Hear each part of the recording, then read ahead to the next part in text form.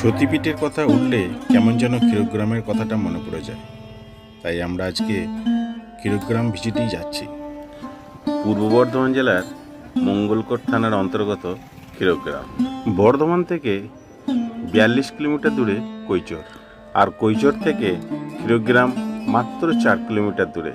টোটো ভাড়া মাত্র 15 টাকা। মা যুগাদ্দে মায়ের সকাল হতে সন্ধ্যা পর্যন্ত প্রত্যেকটি অনুষ্ঠান আমি এই ভিডিওতে তুলে ধরেছি। আপনারা ভিডিওটা সম্পূর্ণ দেখুন, আশা করি ভালো লাগবে। প্রবীণ মানুষের মুখে শুনবেন মা যুগাদ্দে মায়ের কল্পকাহিনী।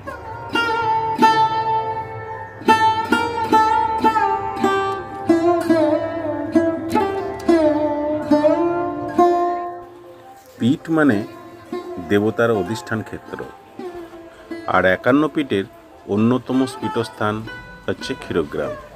এখানে সতীর ডান পায়ের বুড়ো আঙুল পড়ে। দেবী এখানে যোগাদ্দা, ভৈরব ক্ষীরকণ্ঠক। দেবী কুমারীর বেশ ধারণ করিয়া কোনো সাঁকারির নিকট শাঁখা পরিধান করেন এবং পরে জলমধ্য হইতে শঙ্খশোভিত হস্ত শাঁখারির ও পূজারীকে দেখিয়াছিলেন।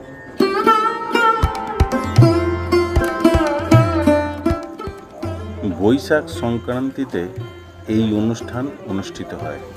ভোরের দিকে মাকে জল থেকে তুলে সারাদিন অনুষ্ঠানের মধ্যে রাখা হয়। পূজা পাঠ সম্পূর্ণ করে মাকে পুনরায় আবার জলে দেওয়া হয়।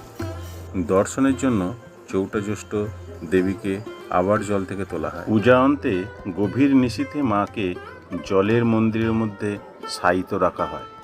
ক্ষীরদিঘির জলের উপর যে মায়ের মন্দির রয়েছে, সেই মাকে আপনি সারা বছর দর্শন করতে পারেন এবং দরজাও খোলা থাকে।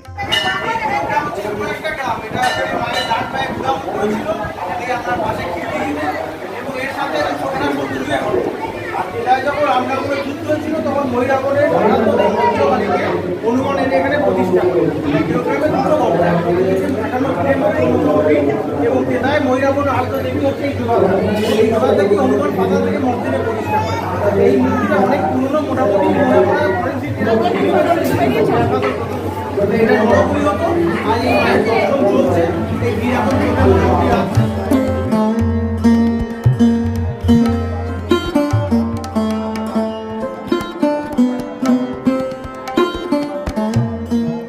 যুগাদ্দে মায়ের দেবী মূর্তি জলের উপরে আরও 5 বার ওঠানো হয় বছরে।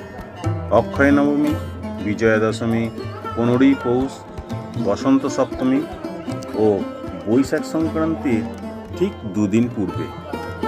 যুগাদ্দে মায়ের অনেক পৌরাণিক কাহিনী আছে, যা আমি ধীরে ধীরে আপনাদেরকে শোনাবো। বলছি এটা কত দাম দাদা? 50 টাকা। কোনো এক সময় দেবীর পুজোয় নরবলি দেওয়ার প্রচলন ছিল। সেবায়িত ব্রাহ্মণকে নরবলি দিতে হবে, ভয়ঙ্কর প্রথা। এক ব্রাহ্মণের স্ত্রী ছিলেন না, একমাত্র পুত্রকে নিয়েই তিনি দিন কাটাতেন, পুজো আর্চা করতেন। নরবলিতে তার পুত্রকে এরপর যেতে হতে পারে, এই আশঙ্কায় তিনি গ্রাম ছেড়ে পালালেন এক গভীর রাতে। সেই সময় তো যাত্রার উপায় একমাত্র হাঁটা।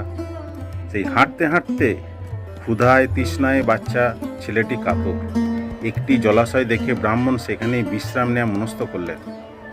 জলাশয় থেকে আঁচলা করে জল এনে ছেলেকে খাওয়ালেন এবং দেখলেন জল খেয়েই ছেলে ক্লান্তিতে ঘুমিয়ে পড়েছে। ছেলের গায়ে হাত দিয়ে দেখলেন মহাবিপদ, প্রবল জ্বরে আক্রান্ত সেই বালক। এইভাবে তো এগোনো যাবে না, তাই গামছা পেতে সেখানে জলাশয়ের পাশে শুইয়ে দিলেন পুত্রকে। ব্রাহ্মণ তো নিজেই অত্যন্ত পরিশ্রান্ত, তাই একসময় পিতা পুত্র দুজনেই গভীর ঘুমে আচ্ছন্ন হয়ে পড়লেন। হঠাৎ পুত্রের কণ্ঠের সামান্য স্পন্দন শুনেই যেন ঘুম ভেঙে গেল। চোখ মেলেই দেখা গেল এক অতীব সুন্দর নারী ছেলের মাথাটি কোলে নিয়ে কপালে হাত বুলিয়ে দিচ্ছেন। ব্রাহ্মণ তো হতবাক। কিছুক্ষণ পর দেখা গেল ছেলে চোখ মেলে তাকাচ্ছে। নারীটি মৃদু হেসে উঠে দাঁড়ালেন এবং গমনোত্তর হলেন। ব্রাহ্মণ করজোরে জানতে চাইলেন,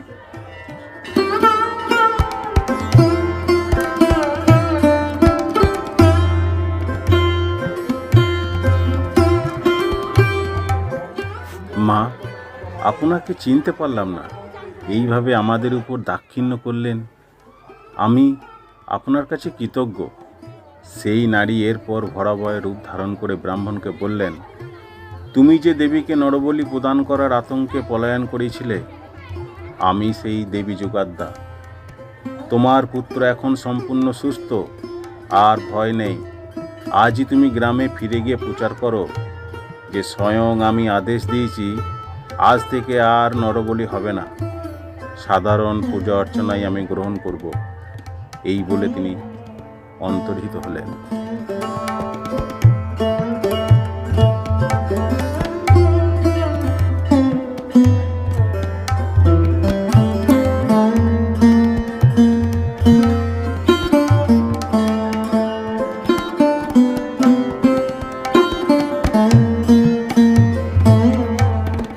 মা যোগাদ্দ মাকে ক্ষীরদিঘি থেকে তোলার পর মাকে যে মন্দিরেতে আনা হয়, আমি এখন সেই মন্দিরেই নিয়ে যাচ্ছি। ভক্তদের লাইন আপনারা দেখতে পাচ্ছেন বাঁ দিকে, যথেষ্ট লাইন শুধু পুজো দেওয়ার জন্য। এই হচ্ছে মায়ের মন্দির। মহিরাবণের আরাধ্যা দেবী মহাকাল বা ভদ্রকালী বহুকাল ধরে বর্ধমানের মঙ্গলকোটের ক্ষীরগ্রামের সতীপীঠে পূজিত হয়ে আসছেন। এখানে কোনো কালীর প্রতিমা রাখা হয় না। দেবী রত্নদেবীতে কালী মন্ত্রে পূজিত করা হয় দেবী যোগাদ্দাকে। কথিত আছে মহিরাবণের আরাধ্যা দেবী মহাকাল বা মহাকালী এই সতীপীঠে অবস্থান করেছেন। দেবী মহাকাল পরে মহর্ষি মর্দিনী রূপ ধারণ করে যোগাদ্দা হন। এখানে দেবীর ডান পায়ের বুড়ো আঙুল পড়েছিল। ক্ষীরগ্রামে দেবীর প্রস্তর মূর্তি সারা বছর জলে থাকলেও বিশেষ বিশেষ সময় মূল মন্দিরে অধিষ্ঠিত হন। এখানে দেবীর নিত্য সেবায় আমিষ ভোগ লাগে। কালী পুজোর রাতে মা যোগাদ্দার মহাভোগই কালীকে অর্পণ করা হয়। গ্রাম সমৃদ্ধ হবে এই বিশ্বাসে আজও পরম্পরা মেনে গ্রামের মহাপুজোর দিন অতিথিদের খাওয়ানোর ব্যবস্থা করা হয়। এই রীতি মেনে গ্রামে অতিথি আপ্যায়ন করা হয়। দেবী যোগাদ্দার পুজোকে কেন্দ্র করে ক্ষীরগ্রামে মেলা বসে। কয়েক লাখ দর্শনার্থীর ভিড় হয়। কাটোয়ার খাজুরডিহি নিবাসী মিত্রবংশীয় গঙ্গাধিকারী উপাধি প্রাপ্ত হরিনারায়ণ রায় পীঠস্থান যোগাদ্দ দেবীর সেবার বন্দোবস্তের জন্য প্রচুর ভূসম্পত্তি দান করেন। যোগাদ্দ দেবীর এই মূর্তিটি নবীন ভাস্কর দ্বারা নির্মিত। 1416 সালে 11ই ফাল্গুন ক্ষীরদিঘির গভীরে পাওয়া গেল মহর্ষি মর্দিনী দশভুজা যোগাদ্দার মূর্তি। আশ্চর্যের বিষয় এই হলো যে তখনও প্রতিমার শ্রীচরণে ডলার দেশে সিন্দুরের চিহ্ন সুস্পষ্ট বিদ্যমান। এখন আমরা যাচ্ছি বড় মায়ের বাড়ি, যোগাদ্দা মায়ের আদি বাড়ি।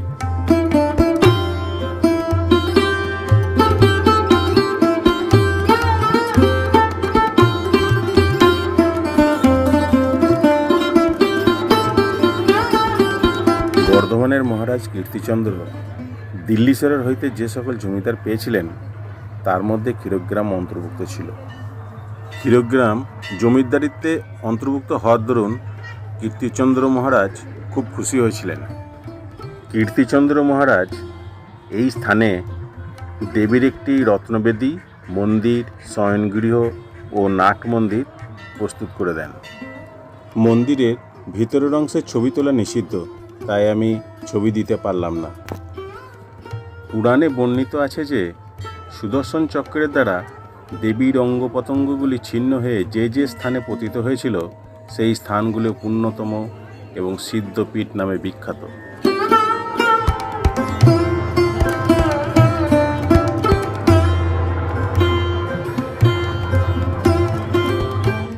এই রাধাগোবিন্দ মন্দিরটি মা যোগাদ্দা মায়ের মন্দিরের ঠিক পিছনে রয়েছে।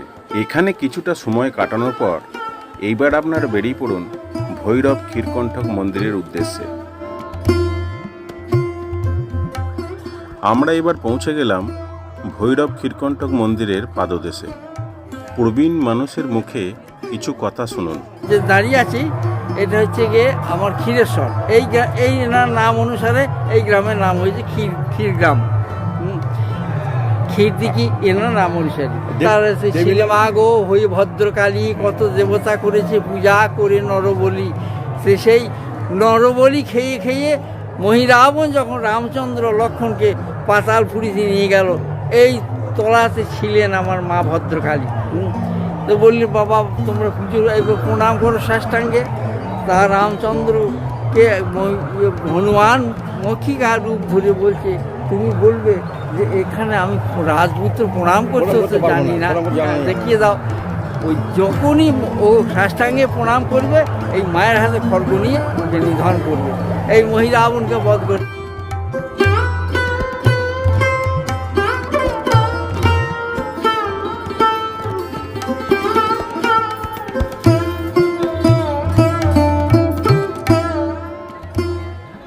এবার আমরা পৌঁছে গেলাম ক্ষীরদিঘির যুগাদ্দে মায়ের মন্দিরের ঠিক বিপরীত পাড়ে। এখানে মায়ের অন্নভোগ প্রসাদ বিতরণ করা হয়।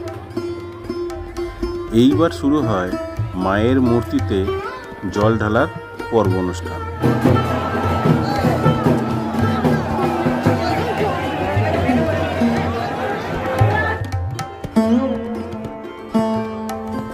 এবার একটা অনুরোধ করব, যদি ভিডিওটা আপনার ভালো লেগে থাকে তাহলে একটা লাইক এবং জয় যুগাদ্দে মাতা লিখে একটা কমেন্ট করবেন, তাহলেই আমার এই ভিডিও করা সার্থকতা পাবে। এইবার এই মায়ের মন্দিরের সামনেই মোষ বলি দেওয়া হবে।